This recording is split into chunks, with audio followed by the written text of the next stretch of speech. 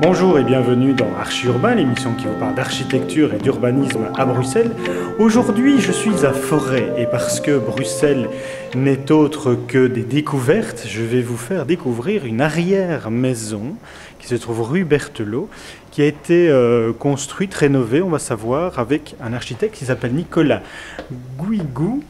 Pas facile à prononcer pour moi, pour lui certainement que oui, de bureau d'architecture Bank. Alors, Nicolas, tu es là. Bonjour. Bonjour.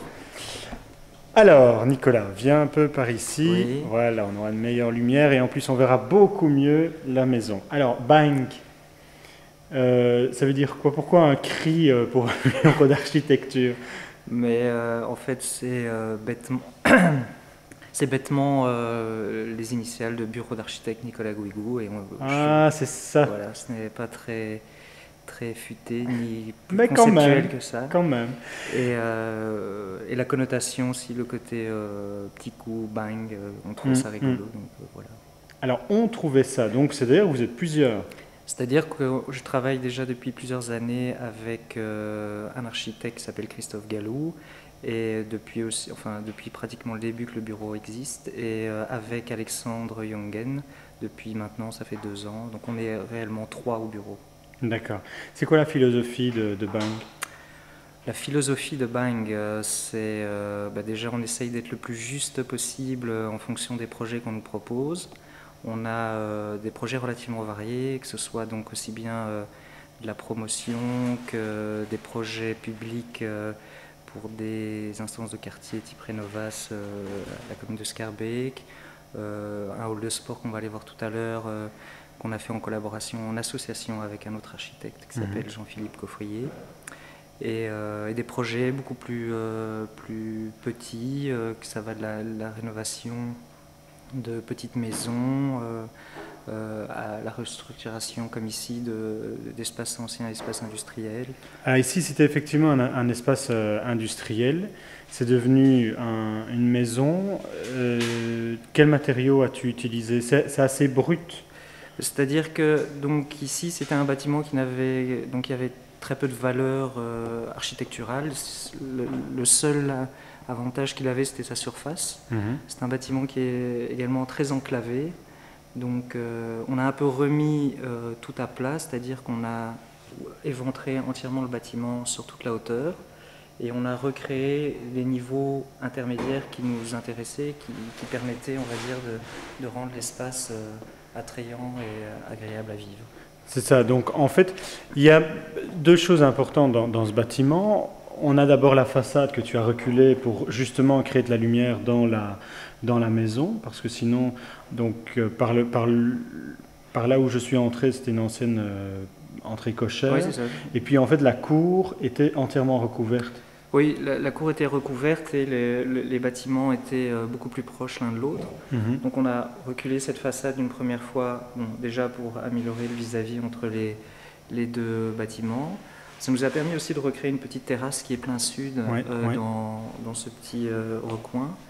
Et le pignon supérieur, on l'a également reculé encore une deuxième fois pour éviter d'avoir un bâtiment trop écrasant sur la cour. Et donc tout ça dans un souci effectivement de clarté et de lumière. Alors la bonne idée ici, c'est la boîte. La boîte dans laquelle on retrouve tout ce qui est technique, salle de bain et autres toilettes.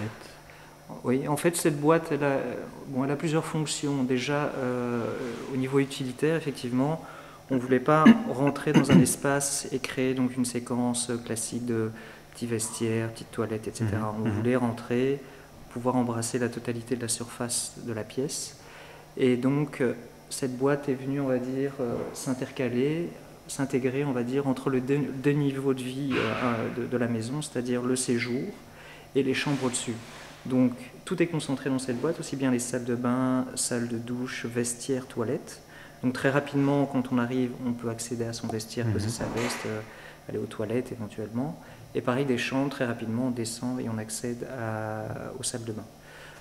L'autre avantage de cette boîte, c'est qu'elle permet, via ces petites dalles de verre au niveau supérieur, de conduire la lumière au niveau bas de la pièce, donc dans la pièce principale, et on a mis toute une série de fenêtres de toit qui permettent d'amener... de refléter en fait... Oui, la lumière. Parce que ce bâtiment est très long. Mais c'est vrai, et en fait il est assez lumineux, il n'y a pas besoin vraiment de lumière, et tout ça apporté par ces fenêtres. Oui, c'est vraiment... bon, aujourd'hui on n'a pas un soleil extraordinaire, mais il fait vraiment, vraiment lumineux, voire très lumineux, et je pense que le but et l'utilité de ces petites dalles de verre est vraiment très intéressante. Oui, tout à fait. Nicolas, on se retrouve ici dans une salle de sport qui est un ancien hangar à bus à Forêt, pas très loin de la maison que tu viens de nous montrer juste avant. Je trouve qu'on retrouve la patte Bang. Alors on a des jeux de volume avec des petits cubes un peu partout, des interétages, je vais dire. On retrouve également de grandes baies vitrées pour voir l'extérieur sans être vu. On a également un jeu de couleurs pour amener justement une lumière zénithale que tu as voulu dans la cage d'escalier qui est derrière nous. Est-ce que je suis dans le bon par rapport à toutes ces pattes que je considère être Bang? Mais non, clairement, c'est vraiment des choses qu'on essaye de mettre en valeur, toujours en fait, d'animer l'espace pour éviter qu'il soit trop monotone dans des espaces qui sont comme ça très vastes. Donc on voulait vraiment réussir à créer quelque chose, donc une ambiance. Donc c'est tout d'abord, je dois dire, un projet que j'ai fait en association avec un autre architecte, Jean-Philippe Coffrier. Mais donc on a travaillé ensemble sur ce projet. Et par rapport à, donc en dehors du travail sur le volume, il y a aussi toujours une volonté de travailler avec des matériaux relativement bruts et simples. Et on trouvait que pour la salle de sport, c'était intéressant, notamment en termes d'entretien, de proposer des choses qui s'intégraient naturellement dans le bâtiment. Notamment, on a fait des bancs en bois massif qui sont des chutes de bois de charpente. On a travaillé avec un sol en dalle de béton poli qui est quelque chose de très brut, et de la même façon, tous les voiles et les murs et les plafonds sont en béton brut. Donc pour éviter d'avoir tout ce souci d'entretien, de peinture, de plafonnage qui ne tient pas. Bien, nous voici arrivés au terme de notre balade Bang. Nous avons changé de quartier, nous sommes à Boisfort, on a quitté Forêt, dans une maison qui fait 8 mètres de façade, mais 40 mètres de long. Oui. Alors tout de suite, on découvre à chaque fois qu'il y a un escalier, qu'il y a une porte, quelque chose de différent. Il y a 600 mètres carrés au total, pas habitable, mais ça fait 400 mètres carrés habitables, c'est ça? Voilà, c'est ça, 400 mètres carrés. Ça va, ça devrait suffire. Alors ici, à nouveau, on retrouve des modules, on retrouve du bois brut, des matériaux, des lignes claires. Je pense qu'il y a également une empreinte très particulière de ton bureau d'architecture, Nicolas, c'est la ligne claire, épurée. Qu'est-ce que tu en penses?